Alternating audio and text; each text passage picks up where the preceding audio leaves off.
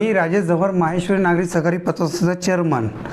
आजपर्यंत मी जगदीश बियाणे, अभिषेक बियाणे आणि जयप्रकाश बियाणीला आत्तापर्यंत ऑनलाईन या नगदी 15 लाख रुपये दिले आणि आता त्यांची मागणी मला 50 लाख रुपये द्या आणि जर तुम्ही 50 लाख रुपये नाही दिले तर आम्ही गुंडाच्या हस्ते तुमचा म्हणजे तुम्हाला मारू या काही करू.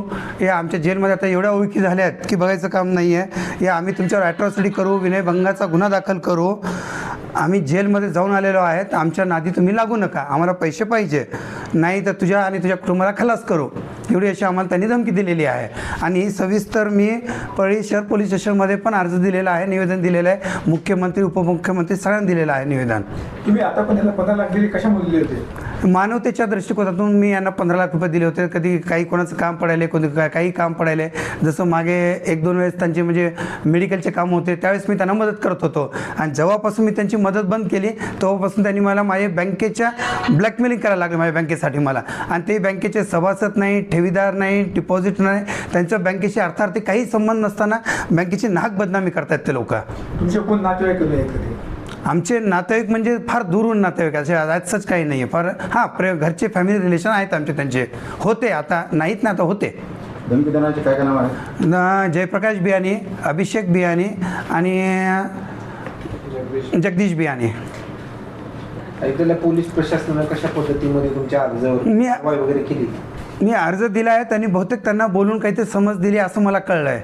अजून मला पोलीस स्टेशननी बोलवलं नाही आहे अर्ज दिल्यानंतर.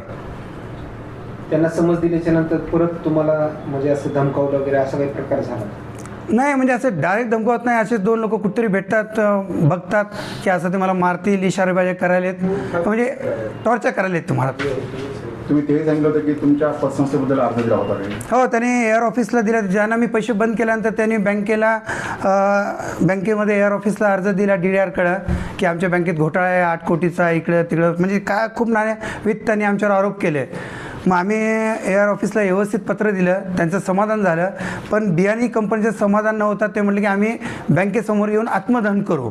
त्याच्यानंतर महाराष्ट्र गव्हर्नमेंटचे 4-5 लोक आले आमच्या बँकेत, सगळं इन्स्पेक्शन केलं आणि टोटल क्लीन चिट दिली आम्हाला बँकेला की असा कोणताच गैरव्यवहार आमच्या बँकेत झालेला नाही आहे, की हे सरासर ब्लॅकमेलिंगचा प्रकार आहे.